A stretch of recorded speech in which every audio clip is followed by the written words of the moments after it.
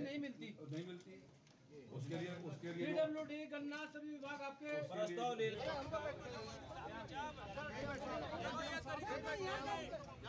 दिक्कत है ना, आपको दिक्कत नहीं है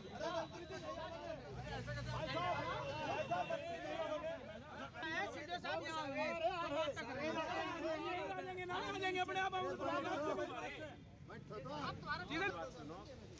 मैं नहीं जानता कि यहाँ पे क्या हुआ, इसलिए उस पर कुछ भी टिप्पणी कर पाना मेरे लिए। चलो ठीक है, मेरी एक बात सुनिए। अरे ठीक है MP साहब, उनकी कहने की ये मंशा नहीं होगी, शायद कहीं ना कहीं आप लोग बुरा मानते हैं। इसी तरीके से समाज कल्याण सेक्टर के भीतर सामाजिक क्षेत्र के भीतर सेवा के लिए, छात्रवृत्ति के लिए, पेंशन आदि की व्यवस्था को ध्यान में रखते हुए 84 करोड़ 40 लाख 82,000 रुपये की धनराशि व्यवस्थित की गई है, जो कुल परिव्यय का 22.87% है।